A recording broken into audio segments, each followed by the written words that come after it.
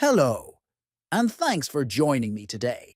In this video, I will show you how to easily change the primary tab in the SofaScore app on your Android phone.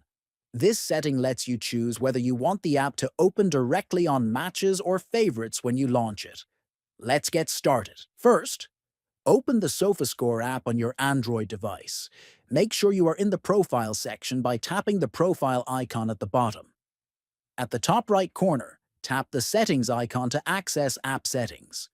After that, select the Preferences option from the list. After that, look for the option called Primary Tab and tap on it. Here, you will see two choices: Matches and Favorites.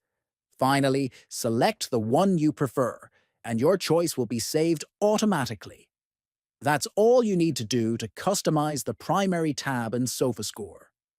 I hope this quick guide helps you navigate the app more efficiently. Thanks for watching, and don't forget to subscribe for more useful tips.